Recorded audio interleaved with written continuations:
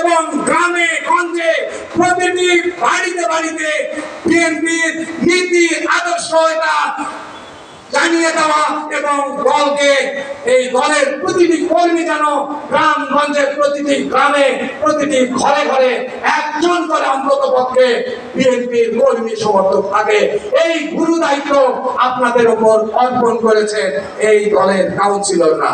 সুতরাং আপনারা তো দায়িত্ব পালন করবেন এবং যারা ওই চেয়ারে যাওয়ার বসার ইচ্ছা ছিল অনেকেরই আছে, তাদেরও দায়িত্ব কিন্তু কোনো অংশে কম নয়। আমরা মনে করি যিনি দায়িত্ব প্রেসিডেন্ট কিংবা সেক্রেটারির দায়িত্ব পালন করছেন, তার পাশের চেয়ারে অন্যান্য যারা আছেন তারা সেই চেয়ারটিতে বসবেন এবং তার সমান অংশীদার হয়ে আপনি আপনার দায়িত্ব পালন করবেন। কারণ আমরা বিএনপি একটি পরিবার, জাতীয়তাবাদী পরিবার। তাই আপনাদের এই বিষয়ে আমি উদাত্ত আহ্বান এবং অনুরোধ